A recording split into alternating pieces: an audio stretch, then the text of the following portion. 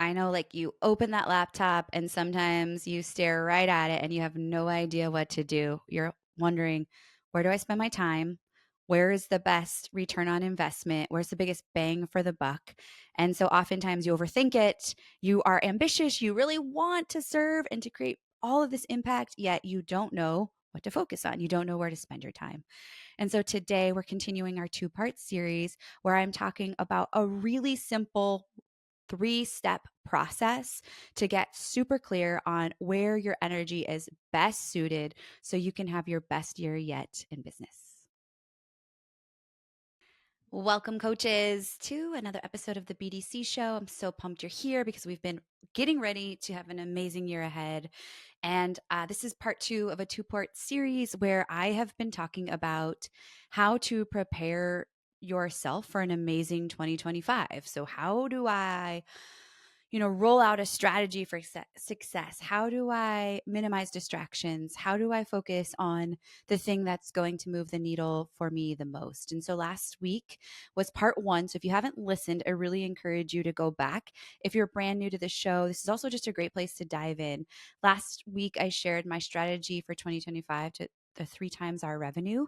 Not only did I share our strategy, I broke it down into the 5 steps that I really use to kind of set up our strategy for success. And so today I want to dive deeper into that and really talk about the simplification process of how I decide the main metrics for business that we're going to focus on as we move into a new year or even a new season, depending on, we sometimes hit our goals amidst or something happens where we know we recognize that we need to shift the goal. And so today we're going to dive into that strategy more richly and talk about the specific methodology or rule that I use and I teach inside of the BDC really as an ongoing part of our community because it is so critical.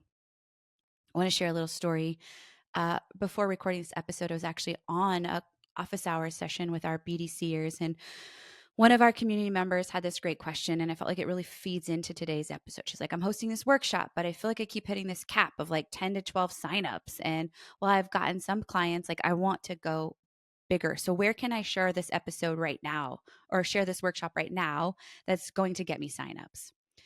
And I said, hey, I hear you. Like, I want you to have more signups too. So we went over some strategies right now. I said, the bigger, more important conversation is really making sure that you have some sort of continual mechanism of focus that's going to bring warm leads into your atmosphere, into your network. It's kind of like, if you thought about a friendship, if you just go to the friendship when you need something, the other person gets pretty tapped out.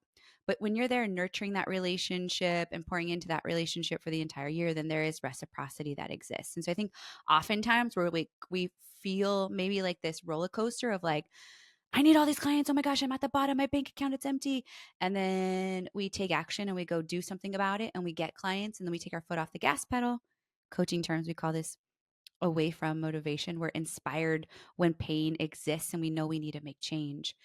That's an exhausting way to do business. It's not consistent. It feels very defeating. You feel like you're doing something wrong. And truthfully, you kind of are. It's that you have to look at these ongoing strategies that bring success into your business and keep taking action accordingly. And so I said to her, hey, here's what I think is a really great intention for you moving forward in 2025. And it's exactly kind of what I'm going to share today. I'll go more into the baby steps of it is we need to get focused on the one offer, the one sales mechanism or value piece, and the one visibility piece. And so what we really discussed was like, all right, yes, the one offer is going to be this new small bite offer she's launching. And her visibility is going to be getting on podcasts. She's already gotten on 4 to 5 podcasts this year with kind of out trying. And now we want to double down on that. And she's like, oh my gosh, this feels so good. And it feels so light. And I feel some clarity because there are always going to be other things.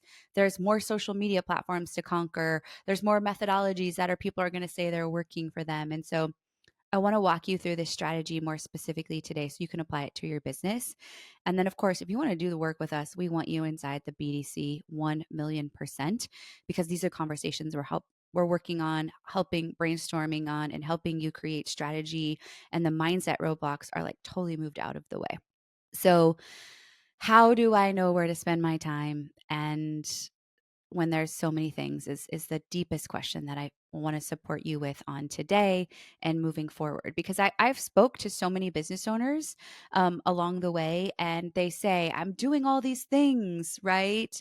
I'm taking all this action, and I'm scheduling my IG post, I'm writing the LinkedIn content, I'm going to these networking events, I'm doing all this commenting, but I'm not getting anywhere. I'm like, yes, because you're not doing the right things, actually. But because they think what looks common is right. And because we don't see what's underneath, it's like that's what we see above the iceberg, but below the surface, what's really happening. And so that leaves many of you feeling exhausted, frustrated, not making money, and really questioning whether or not coaching is your thing or not. And can you do this entrepreneurship thing? So the theme of today is going to be simplification. And some of you are going to be like, oh, it feels too simple. Man, if I could go back and have done this years before I started, I would 100% be further along. So if it feels too simple, great. I want it to feel too simple, because there's so much magic and space and bandwidth in the simplicity. I feel like so much of what snatched my momentum early on was constantly starting over, constantly creating new, something not going as planned. So I'm like, I got to do something different. And truthfully, it was all working. As I've shared here hundreds of times, I'm pretty sure that had I just looked more and asked the higher level questions I do of myself now, then I would have been way further ahead. So, cheers to learning from me so you can not make the mistakes and you can get there faster. And then we all win because I get to teach you, you get to learn, you can come ask me questions. All right. So, there's three parts of this. The first part is making a decision for 2025 on the one offer. That's right. One. The one offer that is going to garnish all of your attention. You have an offering suite, I hope. I know that. I love that. So do I. But for example, this year we focused on the Framework Builder Lab. It was our primary target of growth. So, what happens then when you focus on one offer that you want to fill the most of, and I'll talk about how you determine that in just a second. But here's what actually happens is you focus so much on it is that there is repetition. So your sales mechanism drives towards that one offer. You get better at talking about that one offer. You start to figure out what works with that one offer. You start to go, why aren't people buying the offer? Or wow, people are buying the offer. You start to talk about the offer more. And then the back end is you gain a crap ton of confidence about the offer. You collect more testimonials. You bring in organic referrals because more people are getting results. And as a byproduct, putting concentrated focus on one offer has this upstream effect of everything else on your business in your business. But what we're thinking was, I gotta sell all the things all the time. And I'm not suggesting that you don't have to ever sell the other things or give calls to action to the other things by any means. But the majority of us are not far along in our business to be selling 10 different offers. Like, usually that's just freaking chaos. Trust me, been there. And what it does is it confuses your audience. They don't really know what you're good at, what problems you're solving. Like yesterday, you were selling doTERRA essential oils. Now you're a health coach. Now you're a holistic health coach. Now you're a business coach because you just learned how to grow somewhat of a business. And it's like, I don't know what I'm going to learn from you. But if we were to put that holistic health coach thing in front of them for a year, then you position yourself and become known for the thing. Right? And instead of trying to creep to multi six figures because you have so many offers, what if you could simplify your business and get to multiple six figures because you have an optimized machine that's going to one offer? That for me is a business strategy I choose any day, because the other has you going way wide all over the place. Your team can't support that. It's half-assed and nobody wins from a half-assed offer. So we saw like a direct benefit of this. And here's what happened this year. Our main focus was growth of the Framework Builder Lab. Was super energized by that. The 2 live cohorts that we held in 2022. I knew that in 2023, I knew that in 2024, intuitively, I knew that this creates so much momentum for my people. Like I'm seeing the results. At that point, we'd had, 150 people through the program, and I knew through the coaching, and I knew that this is where I wanted to focus on. How I made this decision was that I'm also in a season where even though I have kids that would appear like they're teenagers, right? I'm actually just finding more than ever they need me in different ways more than ever. I'm homeschooling Miller. I knew that in this season, I want to leverage those offers that give me more time freedom moving forward because eventually, my kids both want to play college sports. If that happens, when that happens, I want to have the freedom and flexibility to go watch games whenever I want, to go, you know, just travel, like to do all of those things. So long-term decision is where a long-term vision is where what helped me make the decision. That's why I didn't focus on my one-to-one coaching. 3 years ago, though, that's what I did do is I wanted to fill my roster entirely. And so I really wish that point I would have focused exclusively on just the one-to-one coaching and not bounced around multiple offers. At that time, I was business coaching and life coaching still. And that's again was confusing to my audience. So I encourage you to really make a thorough decision in the beginning around what that offer is going to be. And what happened for us as a result is a couple things.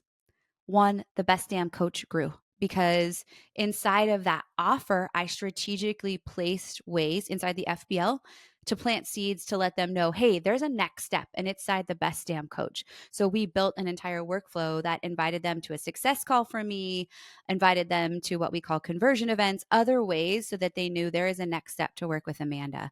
And so the BDC grew as a result. In addition, the other thing that happened is I had, calls booked for one-to-one coaching without me ever giving a call to action to one-to-one coach. Not one time in email marketing or on social media or on a podcast that I was a guest on or on this show did you ever hear me talk or give a call to action to book a one-to-one session or to book a call to get coached by me one-to-one. That's not the offer I want to fill. Did it still fill? Yes, because more people came up into my world. Trust was built. They wanted to work with me more. And then I could handpick who, the 2 spots at a time I really want to be filled. And truthfully, like, I have some freaking dream clients because of that. And the cool thing about it is they're not high maintenance. They are action takers, they're doers, they're getting great results. And so it's a win all around. So that's really what I want to emphasize is it feels sometimes by doing less like, oh, that's scary. But what about all my other offers? It's like, go do this thing so great that there's so much value and you over deliver that they want the next thing. And that is where you increase the lifetime value of your client. And instead of having to get more clients, you get to give the next offer to the next to each client. And so they spend more with you and they want to invest in everything that you offer because it's so, so good. Right. So that's step one offer, make a decision. We just coached on this in the BDC, and I have a client that is just like, Amanda, you took so much weight off me. I am just so excited to focus on this one offer and get so good at this in 2025. Step 2 and 3 kind of go together. This is what we call the V squared method inside, or the V squared formula inside the Best Damn Coach. It's something that, again, we work on consistently, but V stands for value and visibility. So what I want you to do is determine the one place of value you are going to pour into your clients to warm them up, and the one place of visibility you're going to go invest in this year to extend your network. So here's what I mean by that. When it comes to value, there's a lot of ways you could deliver value. You could host webinars, you could host live trainings, you could host challenges, you could go teach in tons of other people's communities, you could host a podcast, etc. Those are all ways that I'm giving a crap ton of value to my ideal client. And the part of this that's critical is this isn't social media, by the way. I didn't mention social media for a reason. I'll speak to that in a moment. This is critical to building authority and know, like, and trust to your audience. Oh, stage speaking could also be a value piece. It's basically like you going out and showcasing your talents. It's like, you're a singer. You got to go show everybody how great you are so that they want to buy your album. But a lot of coaches are skipping this. They are only focusing on social media to offer. And so there's a giant gap in their ecosystem where clients just don't buy yet that you're the expert that they need. They don't see the value. So we have to create a space where they can get closer to you in a more intimate environment and position your expertise and your authority and build trust. So that is an important piece of the puzzle is, do you have a value strategy and what is it going to be? My value strategy is webinars. 100% I double down on webinars. Not going to change that. I was on a great call with a colleague and she shared just webinars aren't dead. I don't know why all these people are saying they are, because they're not. And I'm like, me either. This is where our clients come from. And it's because I love them. I really believe that when you choose your value strategy, it should also be something that you love doing. Going back to last week's episode, it's what are your strengths? My strengths are teaching, building content that I can give to people and breaking it down into bite-sized manageable pieces. That's feedback I get often is like, I'm trying to learn all this business stuff, but you just have this way of saying it that simplifies it for me and I can go out and take action. And so I want to double down on that. So my value strategy is workshops. My question for you is, what is your value strategy that you are going to focus on exclusively in 2025? Because here's what might happen for you. You might try a webinar, it doesn't go as you think. You're like, oh, I'm actually going to work on LinkedIn now. I'm going to move this social media. And then you're like, I'm going to try this challenge because somebody said this. I'm going to do this ebook. Value method could be an email, your email specifically, some sort of freebie. Forgot to mention that. So if you're ping ponging all around, you're really never giving the space and the depth and the breadth to figure out if it's working and to collect the data on how to make it better. So if you launch an amazing lead magnet and the first month you get 20 downloads, what many of you will be like, I only got 20. I'm like, sweet, you got 20. How do we get 40 next month? How'd you get those 20 on there? Go ask them, go find out. What are they listening? Like, what are they looking for? What problem did you solve? That's where the important energy comes from, of being a growth minded, problem solving, resilient entrepreneur that I know you already are. Sometimes we just need that reminder. Okay. So one offer, one value method, and now one visibility method. So if we aren't also going out there and getting more eyeballs on our work, then the leads that are in front of us dry up. Essentially what happens over time is they get fatigued by the same offer that goes in front of them that maybe they've already invested in. They're like, oh my gosh, there's nothing new here, right? I like she's not giving me anything. I don't know if this is like somebody I want to buy from. That's why we need to keep getting more new people into our atmosphere. And so the way we do that is by choosing a methodology to be more visible. And so that for me personally is podcast guesting.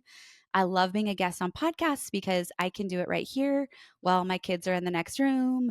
I don't have to travel, though I would travel to be on podcasts. I get to be in my zone of genius, which is speaking rather than writing. I feel like I do a great job on camera. Like all those things position like me as a strength on a podcast. I also believe it's the case for many of you, even though you maybe haven't done it. I just want you to like go out and try it. Or maybe you've done a few and you're like, it was great. But the thing that happens with podcasts is people listen, they find you, they are listening to the host, but then they love you so much, they're more interested in your work. I've listened to so many podcasts with great guests that I go follow them. I've bought from them. I've joined their programs. And so the same happens for you. This is again a crock pot methodology and not a microwave, right? You don't get on a guest as a podcast and then tomorrow thousands of people follow you. Kind of, could be. But more so what happens is that people come follow you and over time you build trust and garnish authority with them because you keep showing up and give consistent content, or they start listening to your podcast, or they consume your social content, or they join your email news list because they saw this freebie you offered. So just knowing that this is a long-term strategy. Other forms of visibility method could be teaching in guest communities. That could really fall into either category. Going to networking events, writing for publications, like magazines or online blogs or things like that. Those are all amazing value pieces. It's putting your expertise into other people's hands or other people's platforms so that their listeners and readers and viewers can find you and discover you. And I love this too because it's such a great way when you don't have your own platform. It's a free way instead of starting your own podcast or your own show or your own blog to get out there and go be known. And some of you may not want to, nor should you feel obligated to start a podcast if you don't want to. I love podcasting. I think it's super fun. But for many people, they don't have the desire, nor do they want to prioritize the time to do that. And so this is a critical way. And I think even if you do have your own podcast, you should definitely still be going on other people's podcasts, especially in the beginning. You could swap, be on each other's shows. It's your podcast platform is a great way to leverage exposure and visibility for other people as well. So if I were to suggest 3 mechanisms to focus on, it would be one offer, one value, basically sales mechanism, one visibility mechanism as well. Those 3. That's where I would put my energy into. And then I would say like social has this kind of caveat to the side. Truthfully, I'd probably just spend my time on the one social platform that I know is bringing in the ideal clients the most. And I really do strongly believe like it's correlate to the one you have the most fun on. So that's why I hang out on Instagram because I do enjoy it the most. And also it's where we see growth, and we don't see a ton of growth. Actually, we're spending more time in this space next year because we want to double down on it and actually like dip into what I believe is even more possible for us. So if you're feeling overwhelmed, you don't know where to put your energy, I would take the time to really ask myself, what are those 3 things for you, or for me, for you, as you head into 2025? And just imagine a year from now, 6 months from now, what might happen to your business if you focus on the one offer, one value piece, one visibility piece. My guess would be that you would feel more confident for sure. You'd have great clarity. You'd be better at messaging. You would have more clients. You would have more momentum. You would have more profit. All the things that you're wanting are about, in my opinion, doing less and not more, and getting laser focused on what it's going to take to get there. Right. And now you just need help with the roadmap of the steps to execute, right? Which is something that we do inside the BDC. You want to do webinars? Well, we can teach you like how to set up that process. You want to figure out how to pitch to podcasts? Okay, let's talk about that. Those are what we support, because to be the best damn coach, right? It's about being great at your craft, but it's about understanding how to exist as a business owner that gets more eyes on their work. So you're shifting from that hobby coach to that profitable coach space. So that's how I believe, is a really effective strategy to simplify and grow your business, not just in 2025, but always. And then at the end of each year, go back to the last week's episode, then this is a process where you refine, right? Once you've nailed this down, you go do it for the year. Now you're ready to start reviewing, reflecting, and now you can begin to make those shifts as well. So as always, I hope this episode just really breathes possibility and hope into you as you end 2024. We have, I guess, 2 more episodes that come out before the end of year. And as maybe you start to slow down and take some time to reflect, I want to just say that I'm so grateful for you. I'm so grateful that you tune in every week. I'm so grateful that you trust, that you learn, that you apply what we offer here. And if I can support you to do even more of that work, then, definitely reach out to me on Instagram. You can set up a call to chat more about if one of our programs is a great fit for you as well. You can visit that link at amanda-walker.com/let's chat, LETSCHAT. And I'm so excited to just end the year together and kickstart 2025 as well, because we have so many amazing things in store. We have some great episodes coming out in January. We are going to be putting a new opportunity for you to work with me in a way that I know you need supports, which, by the way, is all about how to get clients. And no doubt 2025 is going to be an amazing year for all of us. So cheers to ending the year strong. And do me a favor, if this episode speaks to you, will you just share it with one friend, one colleague that you feel like could benefit from this super simple process of how to understand how to get laser focused in your year, in your business, so you can have the best year yet. So I'll see you all next week, same time, same place. And until then, go coach them up.